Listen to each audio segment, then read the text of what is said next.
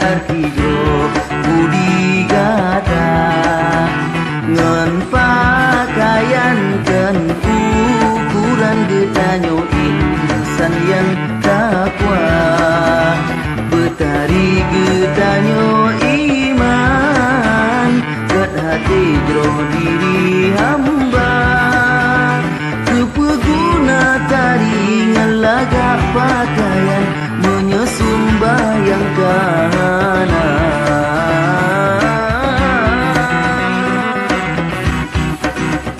tajak hai adun belagu linggang tapinggang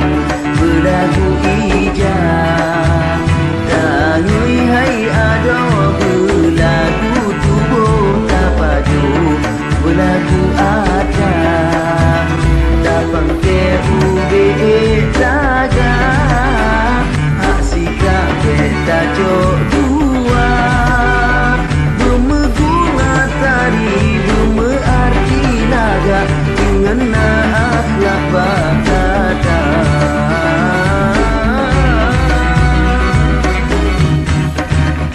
Nabi Muhammad penghule alam utusan Tuhan ke manusia kepujro akhlak Arab dan ajam salamun alaika Nabi terima wahyu Tuhan meyu sembahyang meyu puasa kapu buat suruh puji olara kujro manusia doman tari kan arti jo budi gata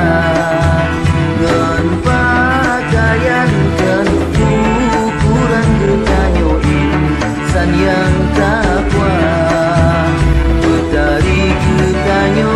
iman ket hati jo diri hamba kepeguna tari ngelaga pakaian punya sumbayang kahana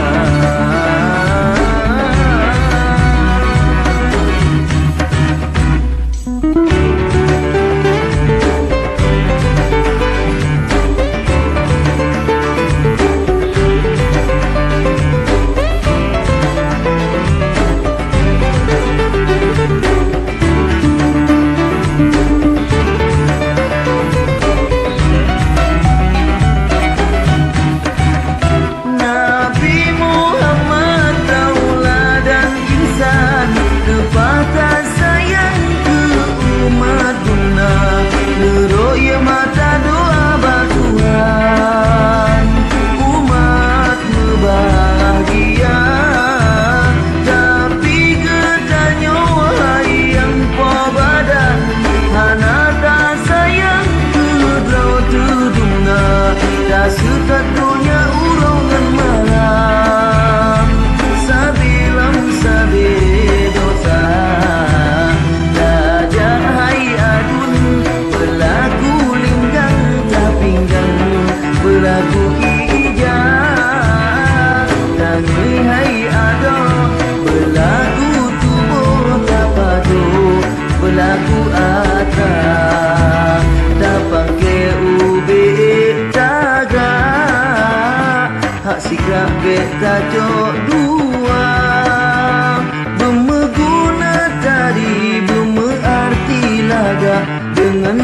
akhlak bakal